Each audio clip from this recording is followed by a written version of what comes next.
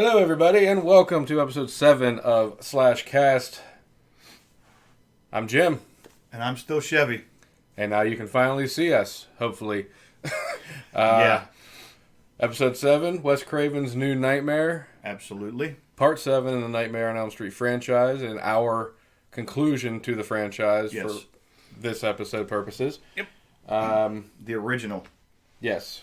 We are stopping here and not continuing on to Freddy versus Jason just yet. But we're not going to the other one, too. Or the other one. Yeah. Whatever you want to call it. So I know I've said it before, people, and I'm going to say it again. England is Krueger. Write it down. Put it on your refrigerator. I agree. Yeah. I didn't need to see the remake at all, but they made it. It is what it is.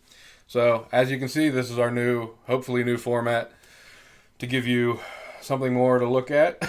Trying stuff new here and there. And we'll see what happens. So, any ideas you may have to improve the show, please let us know. Otherwise, we're just taking it step by step. Sure. And we'll see how it goes. But as far as New Nightmare goes, real quick, before I give the whole synopsis of the movie, for those who haven't seen it, real quick, first impression, 5-word first impression from you.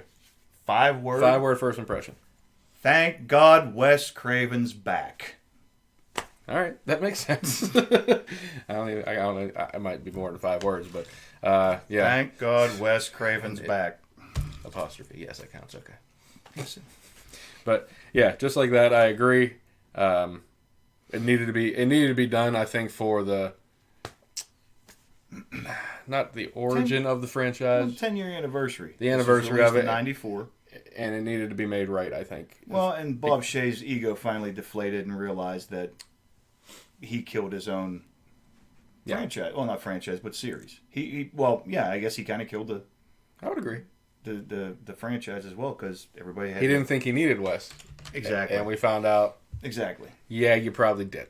I mean, he was able to make movies, but they were not anywhere near the caliber that we deserved. Right. So, main synopsis for this movie is Heather Langenkamp comes back to be herself in this movie where Wes is writing a script, but he wants her to be back as Nancy in the script. And he's doing it kind of behind her back. She wasn't aware of what was going on. Wes knows, Bob Shaye knows, Robert Englund knows, Chase, Heather's husband knows. He's doing the special effects in the movie. He's a special effects artist for the movie.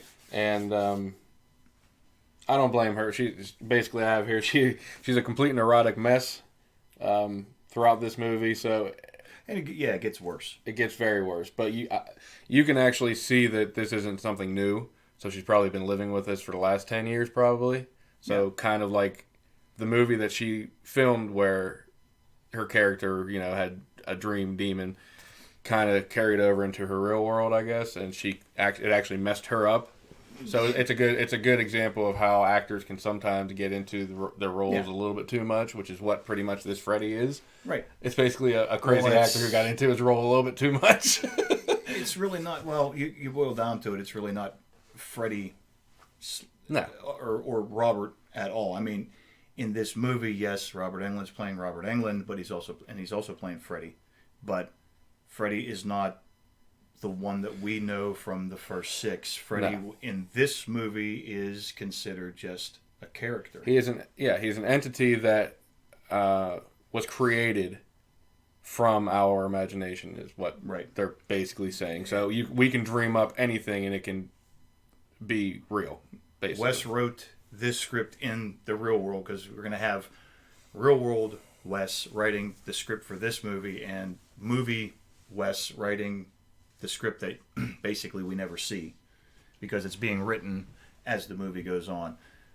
He actually had ideas for this for Elm Street 3, and they were turned down because, and to be honest with you, we did discuss that. And even in 1994, this script and this idea was, I think, a little bit ahead of the time. Very meta script, if you will. It's a movie about real people making a movie. So meta might be kind of a good term to use for it. But Wes writing this script in the movie more so or less comes along and Heather finally, when she meets with Wes, describes what's going on, which I like this plot point. Wes has known the whole time about this supposed entity / demon, whatever. Oh, he knew, but he didn't know if it was real until Heather brought it to his attention. Exactly. What he was dreaming, right, actually was happening to and her. this, and with Wes writing, kind of put the cap on the bottle, as so to speak. Mm-hmm. But since it's been X amount of years since they've had an Elm Street movie, this entity has finally gotten free and wants to come into the real world, and he's trying to do it by becoming Freddy Krueger, and he's haunting and trying to come into the real world by messing with the people who starred in the originals. And I thought it was a neat idea for a script. I think he needed the original creators to create him. I mean, exactly. You look into it. Bob Shaye's like, "Hey, Nancy," "Hey, Heather." It's so Heather / Nancy. And that was one of the other things that was hard for me in this movie. I switched in my notes. I start typing Nancy instead of Heather. Yeah. I do. I definitely did. What was her name? Lynn Shay? Not Lynn Shay. The lady that calls her, that was in like every single behind the scenes for all the. The blonde lady. The blonde lady that she meets. She's in before it. the meeting. Yeah, she's in it. Robert Shaye's in it, saying, "Hey, we're looking about making a new movie. We want you to come back." And Heather's like, "Well, I don't know about it." So this entity gets a hold of Robert Shaye. Apparently, he's messing with Wes Craven about him, giving him nightmares to try to write again. Is Wes dreaming again? Is he having nightmares again? Heather says that in the movie. He stopped making the movies or whatever because he stopped having nightmares. So this, in my opinion, this entity is trying to get out, trying to get into the real world. Craven gave him life, breathed life into him, and also bottled him up. So if he wants to try to escape, he's got to get a hold of Wes Craven and say... Continue. Then we're going to take a break real quick. And going back to the person basically who bottled him up, and that's it. I'm coming out. This is how we're doing it. This is what I want to do. And this is how we're going to do it. Yeah. But, I mean, not only Robert Shaye, not only Wes, a little bit with Robert Englund, a lot more with Heather Langenkamp, and even in her movie, her son, Dylan. And he goes on a rampage. We'll talk more about him, yeah. Yeah. Sorry, didn't mean to be so long-winded. No problem. But we will get into the movie deeper. So that's what she said. Right after this.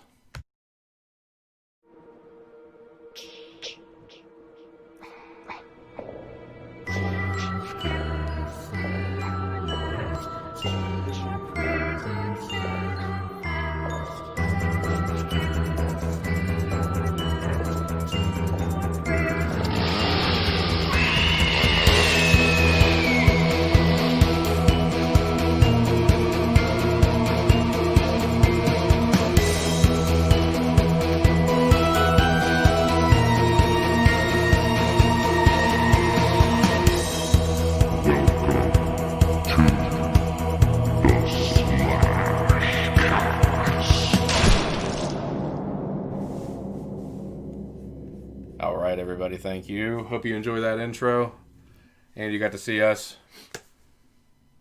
going back and forth without the sound. So that's what we do. So yeah, I mean, we did talk a lot, but that's pretty much just what the premise of the movie was. Yeah. We can get definitely more into detail about it. Not scene by scene, but a couple. Dylan, we did talk about. Dylan is Heather's son. Yes. And he has basically become a young version of Nancy, I would say. Yeah. The nice thing is, too, they also brought in, like, the sleepwalking aspect of it, too. Mm-hmm. So, I mean, that was something we only saw in number 3. I think one thing I didn't like, I mean, I did write down it was repetitive. Yeah. Very repetitive. Like, I didn't need 3 scenes in a row of seeing him sleepwalking and going, her going from a dream to waking up, and he's still doing the same thing. And there was a lot of repetition with the sleepwalking thing, but I understand what they wanted to do. Miko, the kid that played him at the time, was he was in a lot of stuff back then. Pet Cemetery, baby. And shout out to Miko. Met him absolutely at Scarefest. He's actually a DJ now, so he DJs at the convention and stuff. Oh, cool! During the after party. That's kind of neat. Real cool guy. But other than that, I mean, he's pretty much the second star of the movie. Like, yeah, Heather's the star, but every scene is pretty much her and him, I would say. When they're together, she except for when he's in the hospital, but otherwise she's always trying to protect him. Yeah.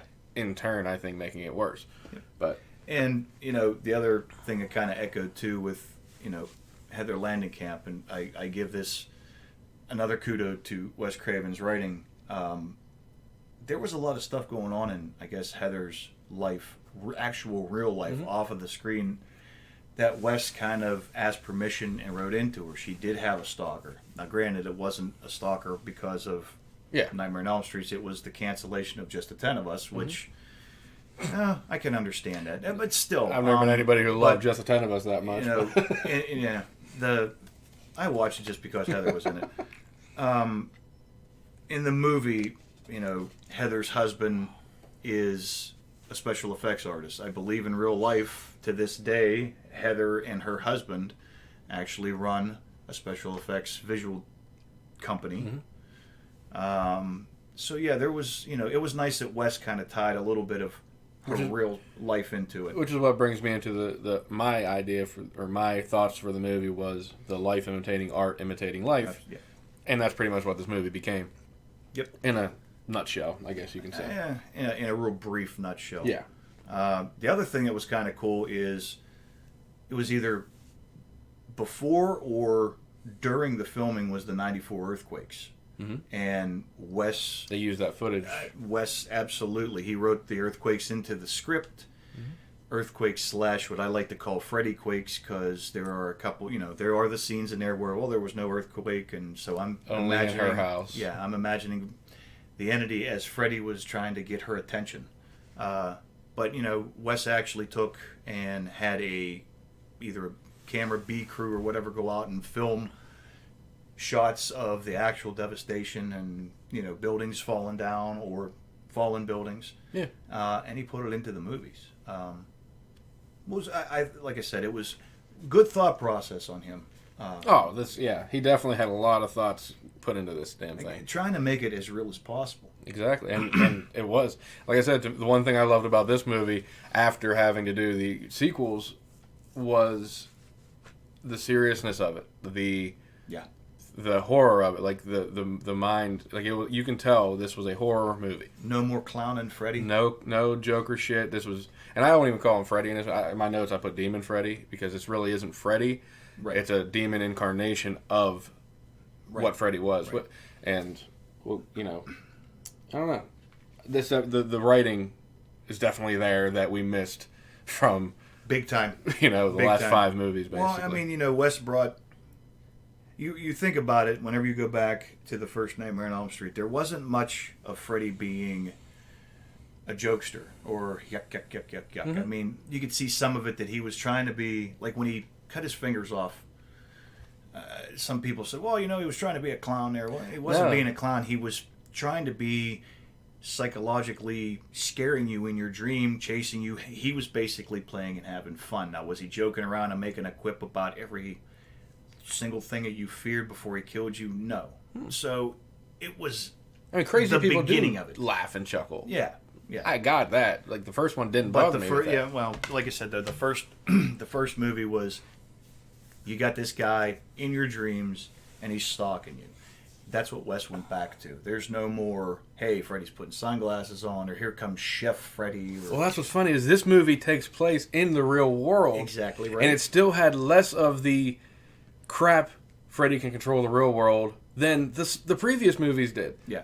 There was a little bit, it's crazy but to not me. a lot. Yeah. Like those were supposed to be movies, and he all of a sudden could control the real world. This was actually in the real world, and he needed that power. He needed to take the steps to make that stuff happen. Yeah. Yeah. Which just shows Wes's writing compared to mediocre writers. Yeah. And he's not. He was up there. And like, the whole thing about, this being an entity. Mm-hmm. That more so or less, to me it says, okay, well, all bets are off. I mean, he can alter reality. He can alter somebody's reality. Okay, towards the end of the movie, when Nancy finally realizes, okay, I have to come back and play Nancy one last time. And they did say, they always say last. They never say next. Yeah, one last time. Yep. She comes back. That was great. She tells John Saxton, who throughout the whole movie is playing John Saxton until the end of it, and he starts calling her Nancy. I love that switch, man. Yeah, that switch was awesome. He had clothes on. He walks out of the camera. He turns around and says, Nancy, you have to start. And he's dressed in damn near the same thing he was at the end of Elm Street when he had his badge. But did you he had the light jacket. Did you notice when the switch happened? Yes. When he said, sure. Yeah, exactly. She says it's Fred Krueger. And that's what she said in the original movie, which we see in like 5 minutes after that on the TV. Oh, there's all kinds of But he looks up and it's like, boom, he's no longer John. He is her dad now. And then she says, okay, I love you, Daddy. Yes. And then boom, that's it. The entity is into the real world. He comes out of the bed, much like I said, there's a lot of stuff that Wes went back to the original one, trying to cement that this is where it's at. Mm-hmm. And she turns around. There's the iconic 1428 with the blue door, like the original movie. That's where I'm saying about the demon or the entity being able to perceive somebody's visions or whatever. Nancy was even dressed in something after that, similar to what she was in the first movie. And there, like I said, there's a lot of callbacks to shots and things from Elm Street 1 to New Nightmare. Whenever, they brought Nancy onto the TV show, and Robert as Freddy, the one that we know, that was supposedly in the movies, comes out and he's hamming it up like he's Freddy son from the of a sequels. bitch. Yes, he's Freddy. He's the Freddy that played 1 through 6. He's hamming it up with the crowd, and they do that great shot of him from behind going, "You are all my children now." The way the spotlight Get your glove on. Get your glove on. We'll leave that go. That's something right. I'm working on. But just that even harkened back to number 2. Whenever he was at the pool, "You are all my children now." Some of the shots in here were fantastic. Even the tongue in the phone. The beginning of the movie, the creation of the new glove, even though that wasn't a dream sequence. But I wanted to ask you what you thought about the new glove and the whole costume. Which glove? The glove that he's wearing. Okay. At the end, basically, but and his trench coat and all that. As far as the glove goes, I won't disagree with the way they went, because they went back to what the glove looked like in the original posters. They went with the meat and the muscle and the bone. Whenever, I won't disagree with Wes bringing that iconic image off of paper and into the film. I thought it was awesome. I mean, granted, nothing like a metal glove and whatever, but that just looked cool. And the thumb claw I liked it. Which is what I wanted to say again. It has a blade on every finger on this movie, and the throwback to Jesse in Part 2 when I referenced when he was killing, it was coming out of his skin. Right. And when Freddy was killing, you saw the glove. Right. Kind of like another minor detail to show you this is not Robert Englund playing Freddy. This is a different version. Good point. Good point. And plus, it seemed, and the blades were a lot bigger, and it just seemed like it would. This one could fuck you up. I mean, it big was. Time. And I did big like. time. I liked the design. I did. This is 1994, and they definitely. They had the means to make what they did. The first time we really see Freddy in the whole costumes, when he stands up behind the babysitter in the hospital, and she's trying to wake up Dylan. Julie, yeah. The green hat, and he looked spiffy. He wasn't dirty. He wasn't, that like somebody that was working in a boiler room. And I think Wes did that because he put the trench coat on him. I mean, yeah, he still had the iconic sweater because let's face it, that's what you know. You see red and green sweater, hey, that's Krueger. Mm-hmm. But he made him clean. He didn't, he had the almost, knee-high boots with all the buckles and the lacing in there. I think Wes did that to say, okay, this isn't Robert Englund playing Freddy. This is something completely different. This is a demon's version of what we know as Freddy. Like, he took it... Exactly. This entity took it to a new level of... And even the makeup, too. Of badass, I guess. Right.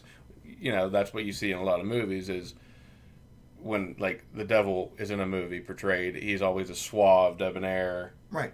Smooth person. Right. That's what I think they were going for with this, with his costume, and I liked it. And also since Robert Englund's a pretty skinny dude, this made him look a little bit beefier with a big trench coat on too.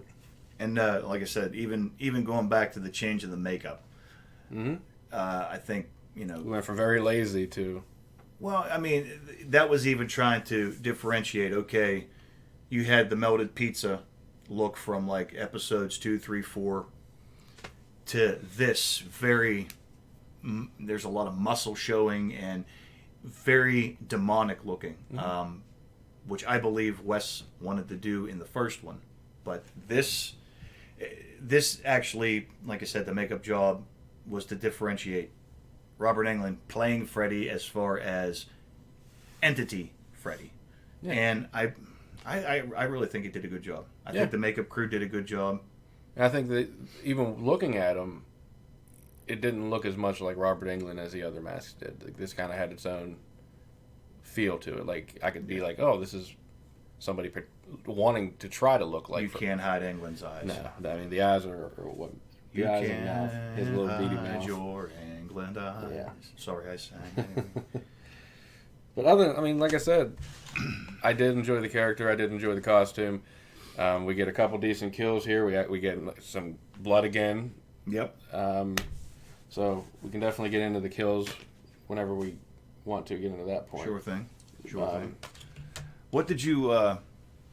Speaking about Dylan, mm-hmm. and this is kind of what did you think about the whole play with him having possibly, not sleeping, the demon trying to get at him, and then whatever he was going through. At first I actually watched it twice to make sure I was getting everything. In my notes it said, was he trying to get the kid's attention? Was he trying to come into the world? I don't think that he was trying to come into the world through the kid. Mm-mm. I think it was the entity trying to get Heather's attention. Yeah. But do you think he did it? Do you think the script and everything that Wes wrote came across as that? Because there's some scenes in there that I was still to this. I picked it up from the instant because he could slash his toy dinosaur Rexy, mm-hmm. which means he could already slash something in physical form. Right. If he really wanted to kill the kid, he could have killed the kid. Sure. And I think we did get a reference either from Bob Shea or Saxon saying he attacks weaknesses, and that's Heather's weakness. So once he could actually make, okay. I think he's controlling the sleepwalking. I think he's controlling everything that Dylan's doing in the movie. That's what I wanted to hear. And once Heather starts seeing what Dylan's doing, the movies on the TV all the time, and all the he's making him talk in a voice. He's controlling Dylan. That's what but he had no intention of killing Dylan. I don't think. That's what I wanted to hear because and yeah, we were saying before about the other sequels 4, 5, and 6, and in between controlling this, controlling that. This entity is not Freddy. Once again, Wes Craven is making it known to us. This is not mm-hmm. the sequels that I didn't write. This is an entity. He can do kind of sort of whatever he wants. So yeah, he has some control over the real world. I mean, but the fact is, he plays with Dylan the whole movie. Yeah. Because he knows that that's the only way to really he kills her husband. Yep. sees that that's not enough because she's still fighting it. But once Dylan starts going overboard and has to take him to the hospital, she's like, this is real. I can't fight it anymore. I got to protect him, telling him not to sleep. So all of a sudden, she just makes the turn of going from Heather to being Nancy. And we even see that a little bit whenever, Dylan. This got fuzzy a little bit to me after, the homage to Tina's kill with the babysitter up and everything. I'm still not 100% sure, and like I said, I'd have to watch it again. Whenever Dylan escapes, now they gave him a shot to make him go to sleep. Yep. Okay. So completely illegal. Not in '94. Yeah. Okay. And not in the script, but he leaves the hospital and he's crawling up the hill to get home to get Rex because we're just across the highway. Mm-hmm. Okay. So my question to you is: do you think that the entity broke him out of his sleep after he showed his true self to Dylan in his dreams? Here he is walking up the walls with Julie the babysitter, and then did he wake him up and get him to go out? Is he leading him? This is all leading up to the Cloud Freddy with the claw that picks him up. Mm. And Heather's wide awake. Yeah. She can see Dylan floating in the air. That's all she can see. The only thing that I really didn't buy, if we're not going into the entity can control the real world. Okay, well, here's my thought on it. Dylan is not awake. He can sleepwalk, but because of the medicine they gave him, he is basically a zombie right now. Him and Freddy are right now in the dream world. But his eyes are wide open, though. That's the part that confused me. But well, my brother was a sleepwalker, and his eyes were open, too. Yeah. Oh, no, they walk right up to you like they're looking right at you, but they're not looking at you, man. Okay. They're not walking with their eyes closed. Experienced. Oh, yeah. Okay. That's sleepwalkers, man. So that made sense to me. And like I said, he's been controlling Dylan throughout the entire movie. He's been playing with him the entire movie. Mm-hmm. And this is a scene of him completely playing with him by lifting him up and down, showing Heather, I can kill your son if I wanted to. So that's just leading her to say, okay, I have to beat him or else he will eventually kill my kid. Okay. All right. And the fact is, she can't see him. We get the nice, awesome cloud scene of Freddy that a lot of people reference when they look up in the sky today. Like, oh, is this like Freddy Krueger in the clouds?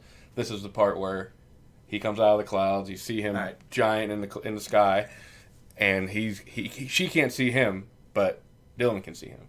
So Dylan's sleeping. Part I got. Dylan could see him in the clouds, like I said. But the whole thing with him coming down with the claw and picking him up, Heather was seeing Dylan floating. Yes. So once again, the demon entity, whatever you want to call him, can manipulate things in the real world.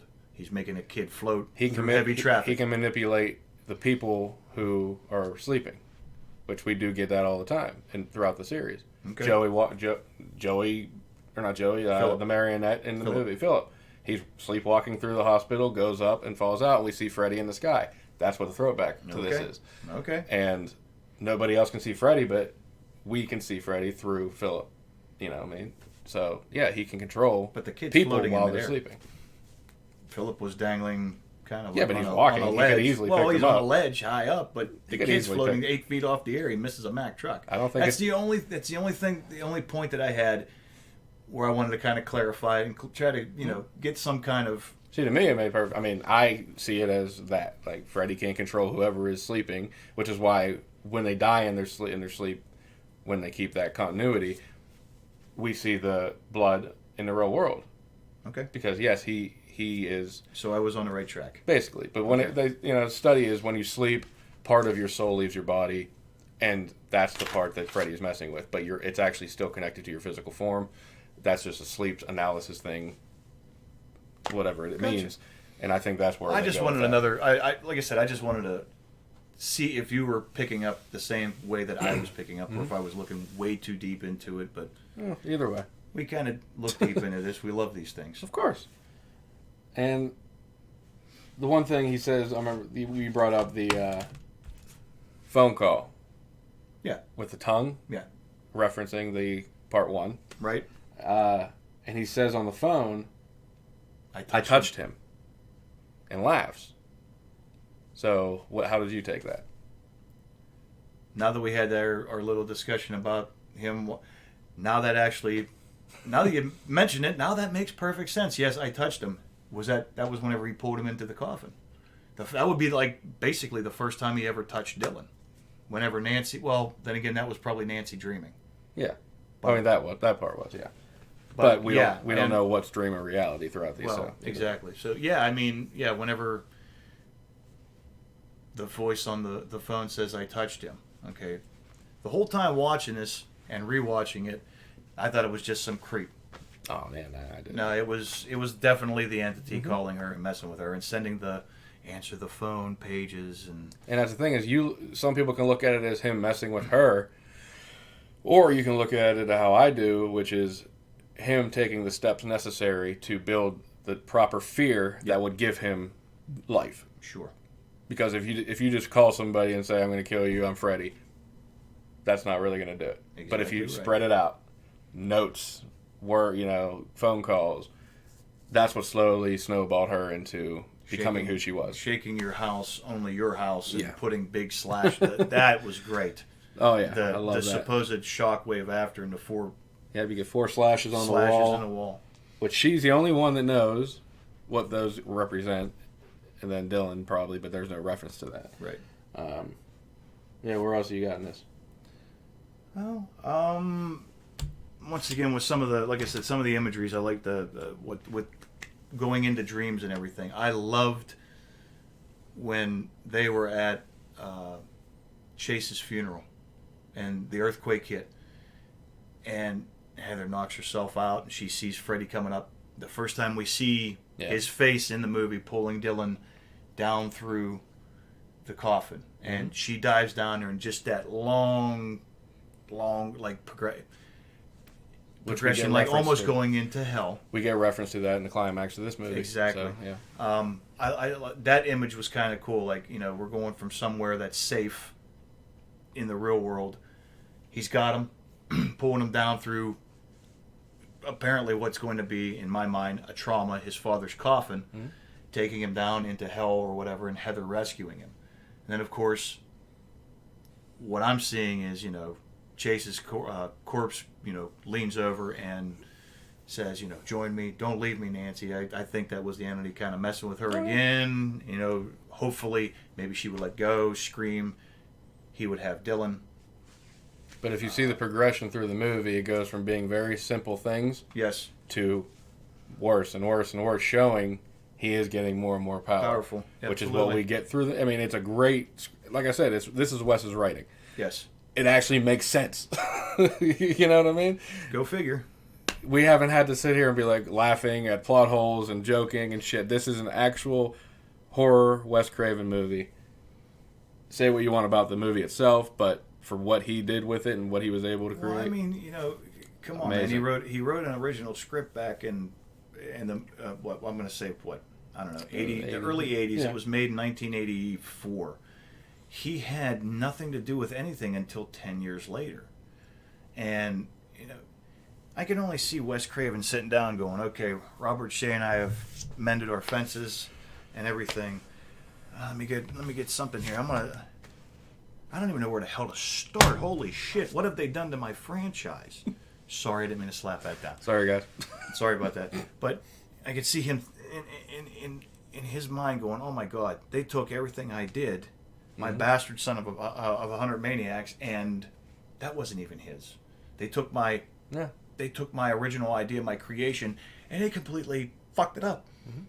He wasn't supposed to be doing this. Elm Street was only supposed to be a one-trick pony, and that was it. It was supposed to end. But no, we had to put 2, 3, 4, and all these out.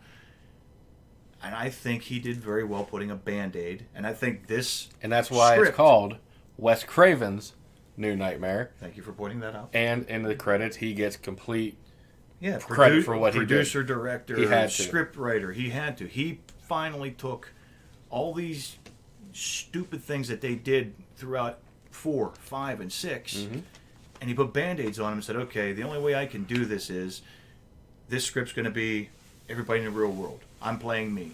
Robert's playing Robert. Heather's playing Heather. John's playing John. Whatever. And I got to come up with something new. And I think he did I think he did a good job doing it. I mean, some stuff might have failed a little bit here and there, but nonetheless, it was a damn good save by the man. I agree. So I do want to get into some of the cameos, a little bit throwbacks for the original movie they had in this movie, but let's watch the kills real quick. Sure. And then we'll get into our ideas of how those went, as far as content of the kill, gore, glove, all that shit. All that shit. All that shit. And all that shit.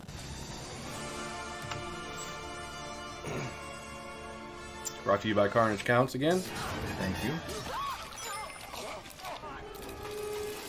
I actually kind of dug that glove. Yeah. Mecha Freddy glove. That could have I been wish they would have delved a little bit deeper. Yeah. Throwback to Dan. Throwback to Dan's death. Yep. Throwback to Tina's death. Yep. I didn't like that he just went like that and her neck broke. Yeah, I would have liked to see something like that. Yeah. Then we get Freddy himself, I don't even. the demon. I don't even talk about that special effects. That sucks so bad. Yeah, it's 1994. Oh. So quote unquote True. 5 deaths. Technically, this is Freddy's death because we don't see a new original Freddy after Yes, this. buddy. By any means, think that these were bad kills. I think we got so. I don't think they were bad kills at all, visually. And I didn't. Except for the No, one other than chest. that, yeah. That could have been plunged a little bit deeper. A little bit. But other than that, I'm very pleased with the kills in this movie. The first 2 were basically in Heather's dream, Right. but it turned out to be a premonition because she is apparently psychic now when it comes to Freddy and who he kills because they're connected. I mean, I get it. We find out later on that they did die. They were found in a field. They find him in a weed somewhere. In a field, yeah. To me, that didn't make any sense. But Yeah, how did they I get... was still trying to figure that out, though. You had those two. What is it, Terry and Yeah, I didn't write their names down. whatever his name. The other effects artist The they other were working effects with her husband Chase. Yeah, that was one of the other things that confused me. Like I said, I don't know if Heather was. The movie opened up with a dream sequence. Mhm. Apparently, We get Heather in the pajamas. We get to see Freddy's new glove. We get to see, the Everything. gloves coming to life, which gives you like, oh shit, is this real? Is this really happening? exactly. Which is a really cool way to start the But movie. see, I didn't. The whole thing was Heather dreaming that. If that's the case, was she dreaming that those two died? Mm-hmm. Did somebody? I think it says, somewhere later in the movie that was the glove stolen. Mm-hmm. Okay, so Which the glove was stolen whenever it disappeared into Chase's truck. Because when he's on the phone with her, he says, "I'm coming home." Camera pans back, glove's gone. Then he gets killed driving home. Yeah, but it was there when he was on the phone. Yeah. They panned out. Yeah. So I know he didn't take it. Somebody. No, it walked somebody off took- with him. Oh, okay, somebody. He took was it. still Freddy was controlling the glove at that point. Okay. I think, which So- is kind of a you can call it a plot hole, but whatever. He can manipulate somewhat reality, but he still couldn't kill until Chase fell asleep. So Okay. I get it. So, are we counting the two special effects guys? Mhm. Since the glove. Yeah, because I think the Walked off. newscaster says something about them being sliced up. Or Yeah, sliced. but are we counting them at the beginning of the movie, killed in their dreams, or was it the glove going off and doing it on its own? Because it was like 4 or 5 days later, then the newscaster come on and says, "Hey, we found these two bodies in the field, and they were special effects guys." Mm-hmm. To me, it was they weren't killed at the beginning of the movie. It No, was, no, like no, you said, no, a no, premonition. no, no, Okay, no. just as long as Oh you no, wonder- that was, that's- because that you were happens. getting In, what I was saying. Yeah, that happens in real life. I mean, where I know personally for me, I have dreams of something vague that down the line will come true. So I get it, Gotcha. but it's not exactly what I dreamt, but it's something. Yeah. Good and bad. Sadly, it sucks. I mean, Well, and yeah. these do kind of hit home a lot of the times because my dreams and shit, and my brain works really weird. But I do get it. But yeah, we've got nice cameos. And Right. we have to talk about Dr. Hefner. Mm-hmm. I like the way Wes kind of made the doctor a play on, and I can't remember the gentleman's first name, but he was part of the MPAA that was basically just giving Wes Craven a bunch of crap over his movies and blood, gore. What are you doing to kids? And Yeah. it was nice. You could see where the actress who played her was kind of, Wes wrote it as like, Miss Langenkamp has Dylan ever seen any of your movies? Oh, he has seen your movies. Very You by the told me. book. Yeah, very, very much by the book. And it was kind of a nice little play, kind of a thumbing his nose at the, this guy from the MPAA. Yeah. And then we get the appearance of Lynn Shay as a nurse. Yep, she's a nurse. I wrote down, so apparently, so everybody in this movie is playing themselves, and Heather knows them from part 1, but she doesn't recognize Lynn Shay from part 1, apparently. That's true. So Lynn's the only one that doesn't get credit for being herself. She has to play a whole other character just to be in this movie. Well, which is what it is. Does Heather recognize Tuesday night and... Yeah, but at the funeral. At the funeral, you've got... Yeah, Tuesday night was there. You got Rod Lane. And I can never... His first name's Jay, is spelled J-S-U. I think it's Jesu, whatever. Yeah. But those two cameos, there was a couple other in that funeral scene. I didn't pick them all out. I didn't pick them all out. But they definitely focused on him, Rod. Yeah. Well, yeah, big old... Yeah. And but it was cool. I'm glad they didn't give him a speaking role, but he was there. And he made, he was on camera in the back. I think it was cool. But the funny thing is, the one guy that we didn't get a cameo for, and Wes Craven said that he was kicking himself in the ass, was Johnny Depp, because Johnny Depp had become at that point, bigger. Yeah. He was actually afraid to ask him, and I guess he ran into Depp like years later, and Depp's like, well, absolutely, should have asked me. Of course I would have came back. Yeah. Why the hell not? I did that other piece of shit. It was like the very first fucking movie I was ever in. Of course I would have been there. And Wes was like, oh. Yeah, hindsight. Opportunity. That's why you never, ever not follow your gut, people. You never know what can happen if you just try. Look at this. Who knows? That's true. So if you're thinking something, do it. You want to take a little break and maybe we can get into... I have a couple other... I don't have much more, but I do have some, some other things. But I've got a couple cons that I kind of found in this movie. Yeah. And it's probably just me. No, that's fine. We'll get into it. Otherwise, I have a couple little notes, but we'll get back into the movie after that. And then we also have our... What's our top 5? Or top 10? Our top 10. You know what? We're gonna keep that as a surprise. Okay. We got a top 10 this time that we collaborated on. Yeah. I like this hat better. Me too. And we'll talk about that before the episode's over. And we'll give a little plug before the show's over, too. Sure thing. So, we will be right back. Don't go away. Hey, everybody. How's everybody doing? And while you watch this amazing episode of Slashcast, we wanted to bring you this little advertisement for the new Slashcast t-shirts. Pimpin' products, baby. Pimpin' products. Worse than Kevin Smith. Nice product placement for us.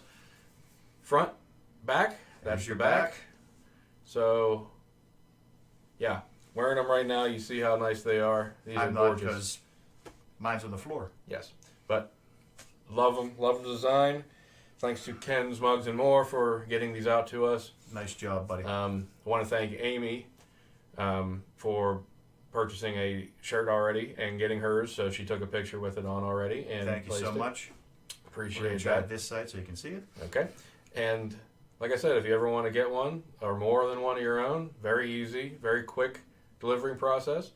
And if you want different sizes, if you want one of these designs on one part of the shirt, if you want both like we have it, if you want the original design, OG style, you can get your own, whatever one you want. So please go to Slashcast on Facebook or Slashcast on Instagram. Message Chevy if you would like to get one, if you aren't friends with me. I'll take your orders just as well. Let you know what you have to owe, and we'll get you a shirt. Be one of the cool kids.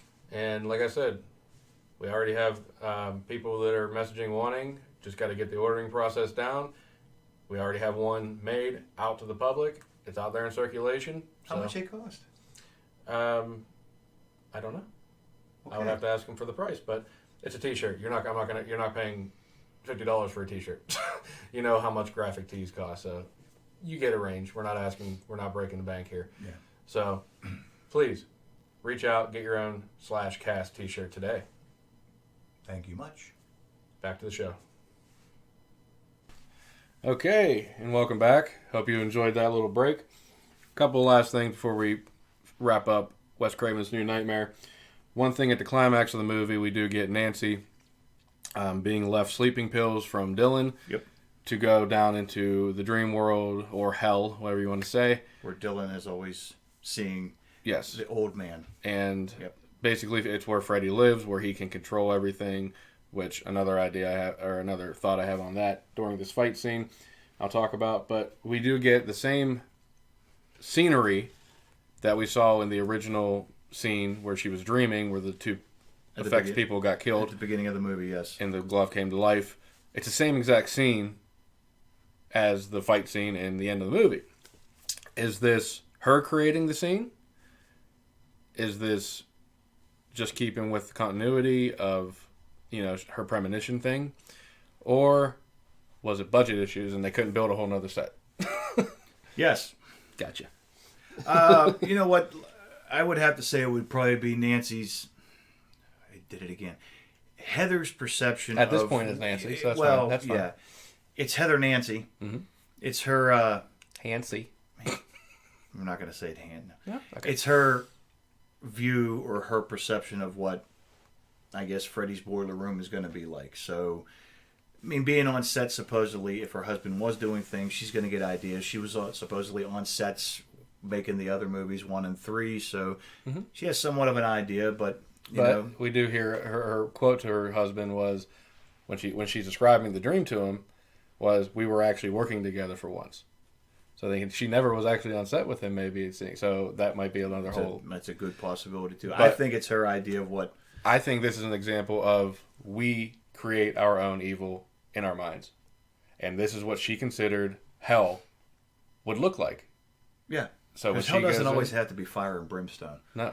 I mean, this is basically looks like a rundown old, building that could be like over in Russia or something. Yeah. With water, coming down because the roof collapsed. Yep. I thought it looked really cool. I'm sure on set it looked pretty different, but on film, yeah, it looked awesome. I thought it looked really cool. It looked good. And a couple of the final things that we see from Freddy would be, we get his boa constrictor mouth, which is kind of a throwback to the snake in number 3. We trying to swallow the kid is trying to swallow Kristen again. We get a snake, an actual snake, in front of Dylan. Yep. And they stab Freddy's tongue after he gives Nancy a good tongue lashing. Wraps 80 feet of tongue around her head. And it rips his tongue out, and he has a forked tongue like a snake. So they really threw out the fact that snakes are known as evil. Yeah. So I think they threw that down our face at the end of this movie, basically saying that this is a demon. This is what this thing is from hell. And I really liked the imagery that they did. I know I talk about imagery a lot, but they throw Freddy basically into an oven, light him on fire. The demon apparently is killed. This is the only way to kill him, but did you catch the reference with the Hansel and Gretel reading earlier in the movie? Of course. Freddy basically is a witch. Mm-hmm. I kind of thought that was... Kids. Yeah, it eats kids. Mm-hmm. I kind of thought that was, a nice little thing to put in there if people caught it. But even after they come out of that and into Dylan's room, his first words out of his mouth are the end of the Hansel and Gretel story. They find their way home, and she says, "And the mommy covers them with kisses." Yep. So basically, this is Hansel and Gretel. And then Freddy is the old witch. Yeah, kind of. But yeah, I kind of like that little, she's reading Hansel and Gretel to him, and Freddy, once again is thwarted by, fire or whatever you want to call it from, the original storyline. Now he was beaten again, defeated again. Full circle. With fire. Big circle life. Full circle. Show that shirt off. Yeah, I thought that was kind of a neat way to end. Absolutely. It basically, Krueger started with fire. He ended with fire. Did you like how vulnerable he was during this scene? Everything that they did to him, he felt like a person, like he was in the real world, but they weren't in the real world. So why was he limping when he was stabbed? Why wasn't he able to get punched by her and fall down? Why wasn't he a powerful entity in this dream world? This scene. It was in the script. Bingo. That's my answer to everything. Exactly. Honestly, I really hadn't thought about that. I mean, but yeah, he was limping. I I mean, she stabs him in the dick and he screams. Like, he's getting hurt. But that's one thing Freddy couldn't do in the dream world. The only thing I could really chalk up to, because you kind of put me on the spot here, is the demon coming out into the real world. Maybe he's becoming human. More so or less, instead of being an all-power mystical entity, I'm going to be human now. So you could still be evil and be human, but not have all your mystical powers. That's grabbing a straw. Are Heather and Dylan just so strong that they can actually hurt him? Because I would say Heather would be strong because she's starting 2 of the movies. Dylan, I can't answer that, but maybe it's because of being with mommy and seeing things. But if he's had to deal with this for the last 8 years of his life, Good maybe she handed down her powers. Sure. Her name was Nancy, not Kristen. Well, I didn't mention that. Now that you said that, they did reference that in this movie because Dylan says, "Can you come with me into my dreams?" Heather laughs and says, "That's only in the movies." Right.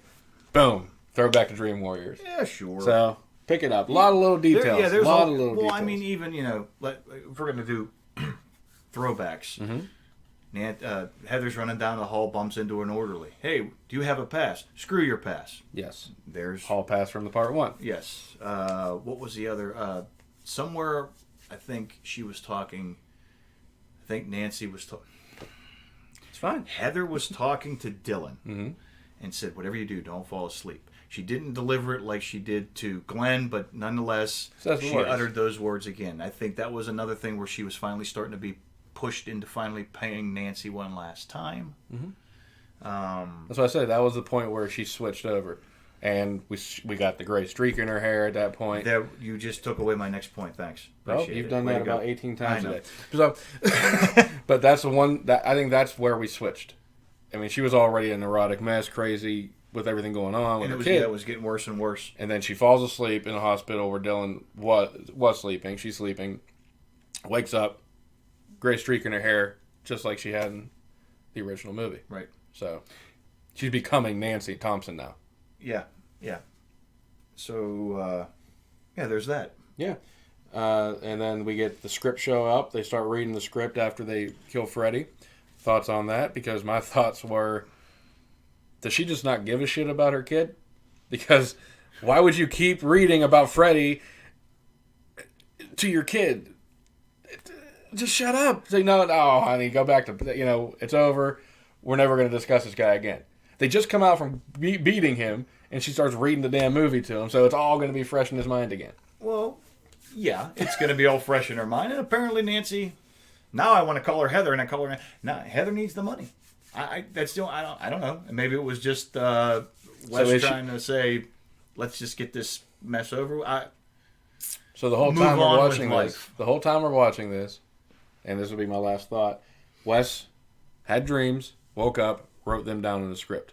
We learned that the whole movie we're watching is Wes's script. Yeah. Fourth wall type shit. Okay. So once Wes heard that Chase died, why would he keep doing this?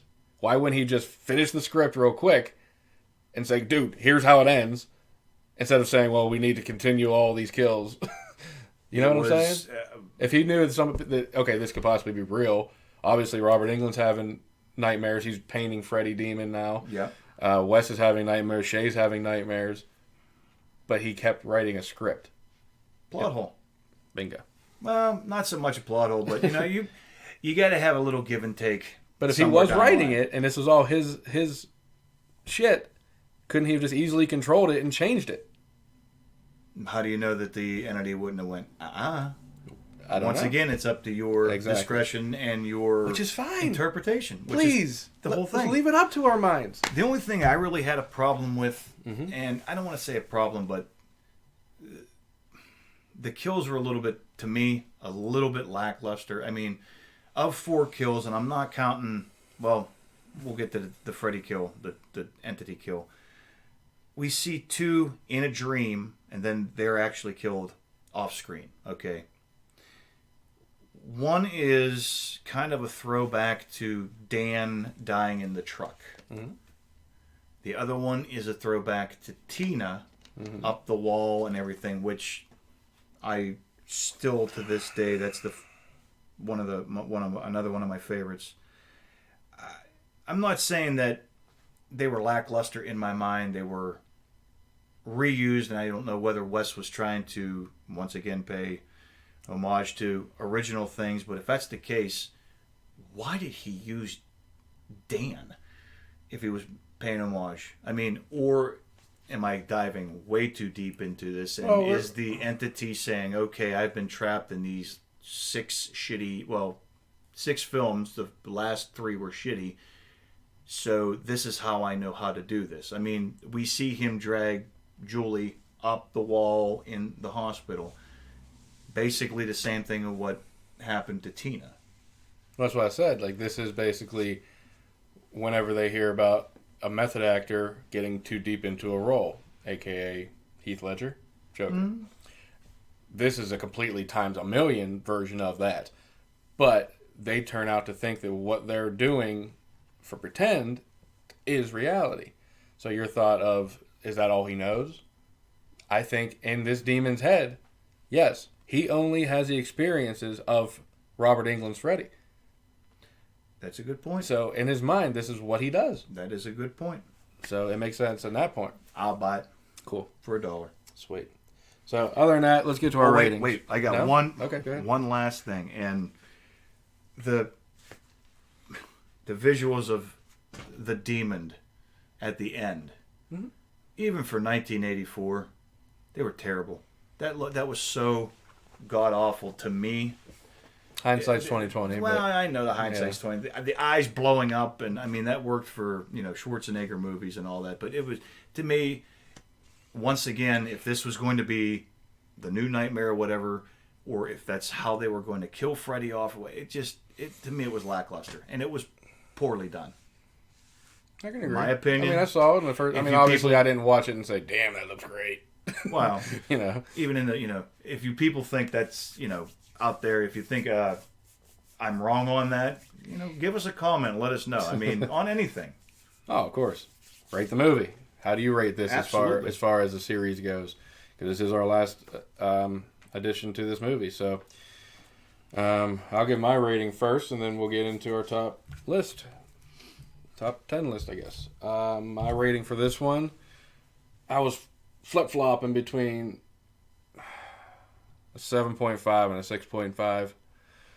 The fact is, I have a 6.5, but I'm gonna give it a 7.5 strictly for the fact that I literally just watched this morning, basically, and I enjoyed it. Still, it held up as far as I'm concerned. And we just talked for an hour on it, and didn't have to make fun of anything.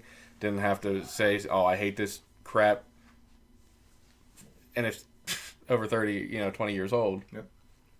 Cannot complain about that. So in the whole grand scheme of the franchise, obviously part one, I think we both either gave a 9 or a 10 to. A 7.5 on this one for me. Great to have Wes back. Great to see his vision put in the camera, and just great to have a good, serious Nightmare on Elm Street movie again. So that's my rating. If I had to go on memory when I first saw this, because I only saw it one time way back when, and I really didn't like it. There was, but I sat down, like I said, I watched it twice before we did this podcast. And I don't know what I was thinking back in 1994. I really, really enjoyed this. I thought it was a well thought out script. I'm happy to hear that. Every script has its, little nuances here and there that, fanboys like us are gonna, hey, what about this? Mm-hmm. If I was rating this in 94 with my thought process, I would have probably given it a 3.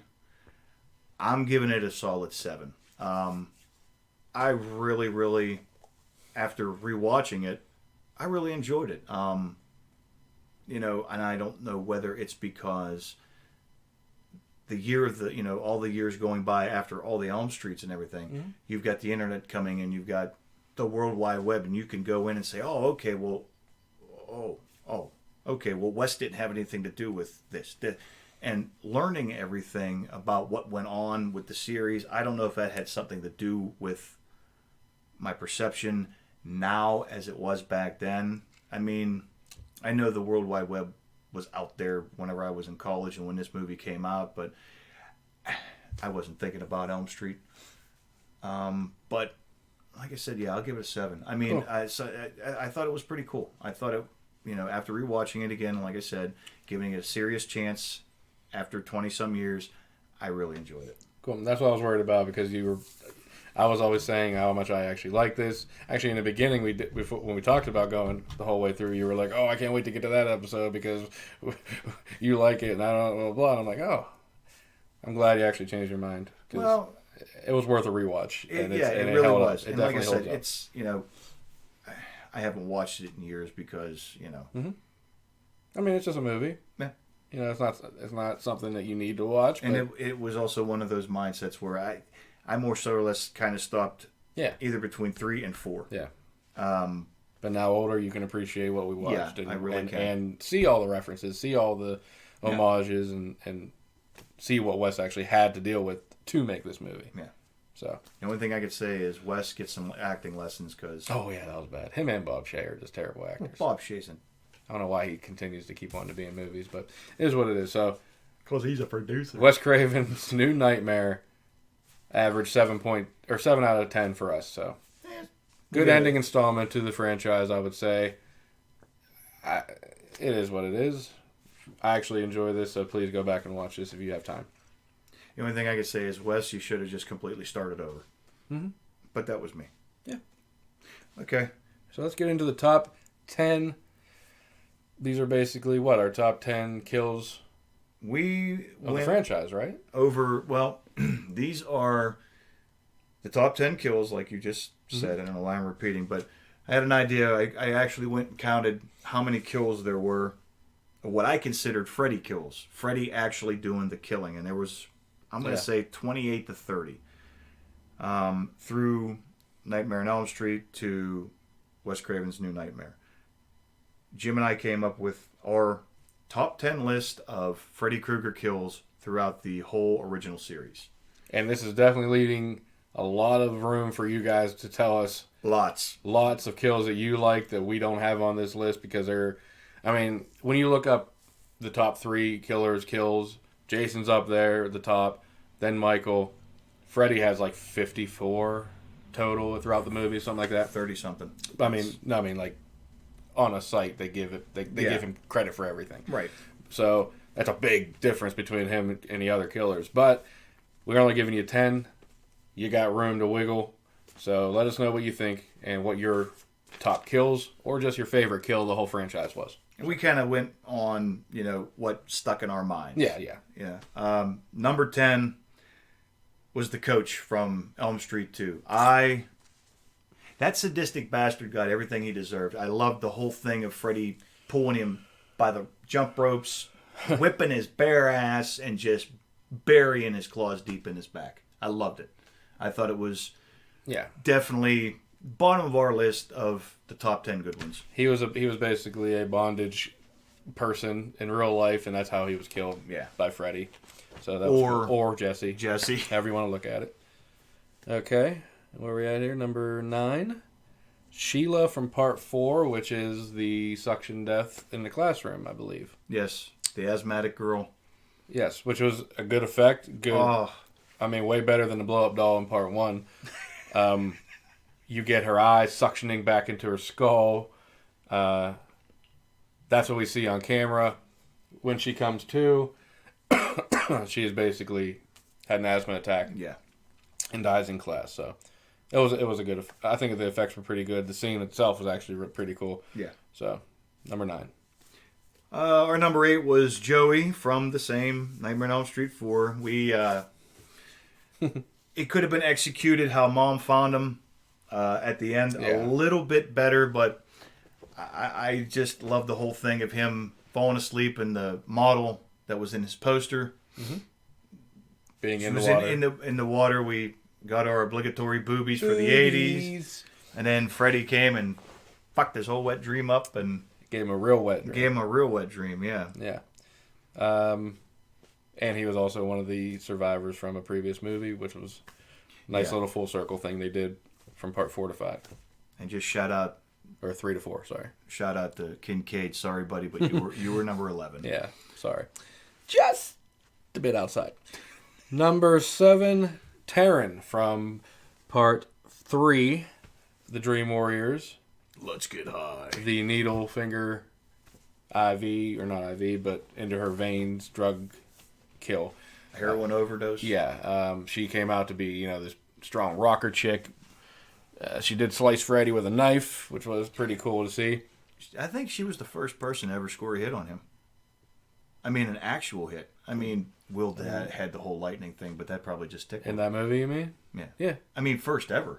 Oh, Nancy fucked him up in the original with, the sledgehammer and That's shit. not it. Well, I'm talking about an actual wound hit, not a sledgehammer. And he got messed up. Not taking anything away from Heather. Nope. So now I want to say Nancy. Yep. So that was Taryn. She, getting killed in the alley with the heroin.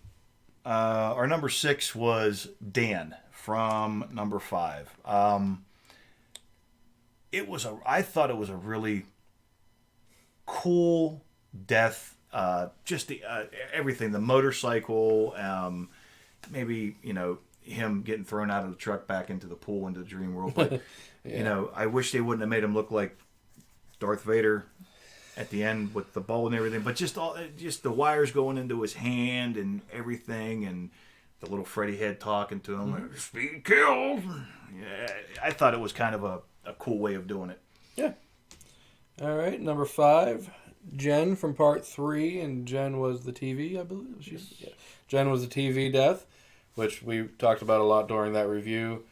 Whether you think it was realistic or not, it was actually cool imagery to see her hanging out of the TV. Yeah. We get the first appearance of the iconic "Welcome to Primetime, Bitch," which was ad-libbed by Robert Englund, by the way. And that's probably one of the most recognizable deaths in the franchise. You see her hanging from a TV. Yep. I would say so, and him coming out with the antennas and shit. The robot arms, but like the arms that had the another throwback to Mecha Freddy glove in New Nightmare. You're a smart guy. Okay. 4. Number 4, Deb from once again Elm Street 4. Elm Street 4. I'm not saying all the deaths in all 7 of these movies weren't iconic, but I still think to this day they had the best deaths. And her arms, when Freddy went back and the elbows busted and you saw all the meat and everything hanging out, and her. This was the cockroach death, by the way. Well, you just took away my steam, man. Get off my cloud. But with the cockroach arms coming out and basically her skin falling off and she turning into the cockroach. I mean, it was real hard for us not to put her higher. But our top 3, I think you guys are going to really like. So, Deb, Elm Street 4, number 4. Number 3, Philip from part 3, which is the marionette death, where he's a sleepwalker and Freddy is walking him all the way up to the tower and slices his strings and he falls out. Definitely, I love that scene strictly because of what they made Freddy look like. He was a real giant entity in this scene, which made him look more powerful. And definitely a Philip's mind, yes. The effects of his death, they did a close up and saw his tendons and veins and shit coming out. It was just a really well shot scene, I think, and a good creative death. And sorry, Philip, but you almost got number 1. Yeah, but we couldn't do that. No, number 2 from the original Nightmare on Elm Street, Glenn. If you don't think the image as a young kid of 250 gallons of red blood water just coming out of somebody's bed in a geyser, that way more blood than it would ever humanly be possible. Exactly, and just shocked the living hell out of you. Yeah, I mean, you see the hands come up, pull him down, boom. Definitely an image that will stay with you for a long, long time, and has for me since first time seeing the movie. Yeah. And like I said, 1 and 2 are pretty much toss-ups to me. You can remember Glenn's death very well with the blood coming out of the bed. I think most people will know that. Yeah. But if you're a fan of the franchise, you have to give it to number 1, Tina. First Freddy from part kill ever. 1. She is the first kill watching that movie, you could easily think that she was going to be the star, honestly, until she got sliced up. But you see the way that how they filmed that with them turning a room on a gimbal type thing. Yep. And lockdown camera. Yeah, and all that. It was shot very well for 1984. It was bloody, visceral, screaming, rod reaching. That whole kill scene itself, I think. It's good. It was gonna, for an opening kill, that definitely grabbed you and went, guess what? Game's on. This is what this guy can do. Yeah. And just like Jim said, up the wall, the blood dripping. When she falls down, she spins, knocks Rod away, up, drops down, the blood splashes. It was one of the hardest scenes they ever had to shoot, and it showed, but it was worth it. Yeah. And then they reused the gimbal for, Glenn's death as well. That would be the reason why all the blood run. Yep. They had problems. I just found that out not too long ago. Yeah, they said there was way too much liquid. Like, it was a lot of blood. Yeah. A lot of blood. But that's our number 10. Please number let 10, us know. I'm sorry. That was our top 10. Yes. For those kills from the original Elm Street series. Let us know what you think. Yes, absolutely. Are we way off? Or do you agree with us? Who would you change? Yeah. Because let's face it, we're not giving Spencer's lame-ass death anywhere above 15. Nowhere near it. I mean, come on now.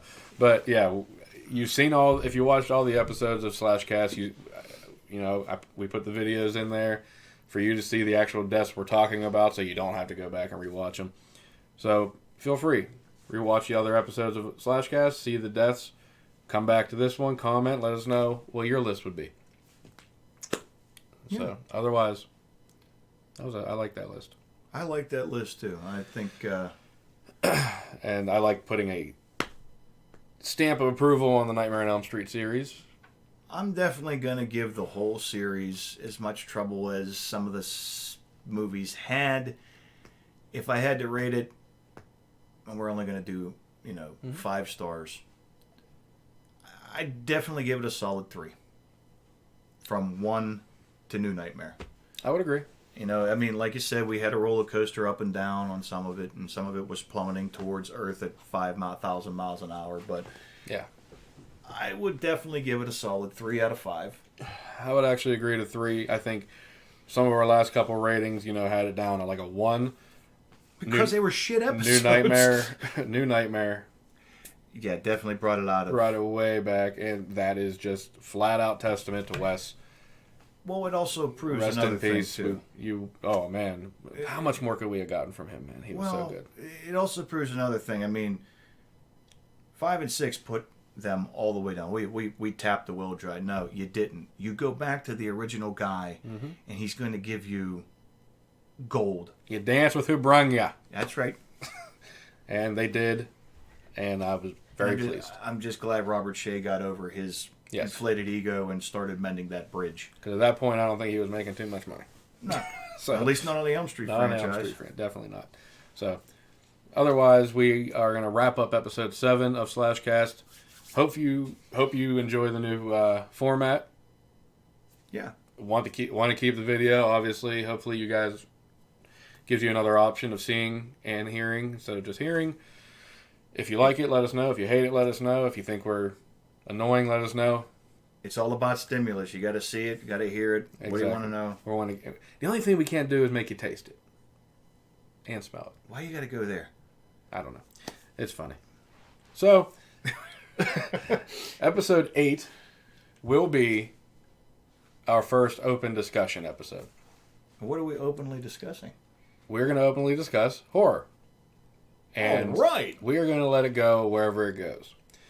We have a lot of similar ideas and views, but I think we can also find some spots where we're going to actually maybe have conflicting views, which would lead to a pretty good conversation, I think. I think so, too. So, we'll just have you'll basically be able to get to know us a little bit more. We did this franchise strictly for him. This is definitely not one of my. I mean, it's not my top one. Love Freddy, love the movies, but when he agreed to do the series and he said Nightmare on Elm Street, I said okay. And I'm spoiled. And yeah, I could not be happier with the first 7 episodes of this new show. Thanks to him, thanks to us, working together. I mean, doing this for so many years is just my personal PSA out to you. This is the most comfortable I've probably ever been on a show. Thank you. And the schedule is sticking to what I wanted. The idea is sticking to what I wanted. I hope you're still enjoying yourself.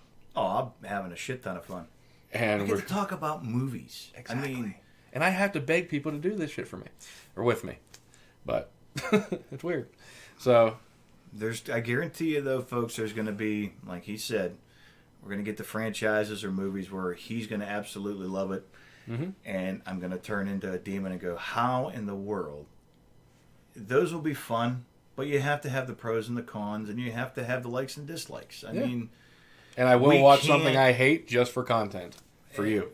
So will I. And you can't have us being, I agree all the time. It doesn't make good. Unless you're all agreeing with us too, then it's just a whole bunch of agreeing, which is okay. We can all get together and have a circle jerk. Of course. You gonna meet out at King? Edit out circle jerk. I ain't editing shit. Okay. So you can just join our Patreon later on, and we can have private shows. Just kidding. So episode 7 in the books. I can't believe you went there. Oh well, I'll go anywhere. It don't matter. Episode 7 in the books, baby. Look for episode 8 coming up soon. Open discussion. And before then, please comment on the page. Yes. Please like the page. Please share the page. Facebook/cast, Instagram /_cast. And let us know what you want to see on the show. What movies you would want us to review. Yeah. How you've liked episodes 1 through 7 so far. The progression from very bare bones episode 1 of the editing process to now we're up on video. New logos out there. You saw the commercial with our shirts. Please contact us if you would like to get your own. We have 3 designs now. All the cool kids are buying them. Oh, I'm trying to keep up. Believe me. I will get to all your messages. Just please give me time. Other than that, I'm good. Peace out, homie. Sweet. Thanks for listening and watching, and watch for episode 8 coming soon. Thank you.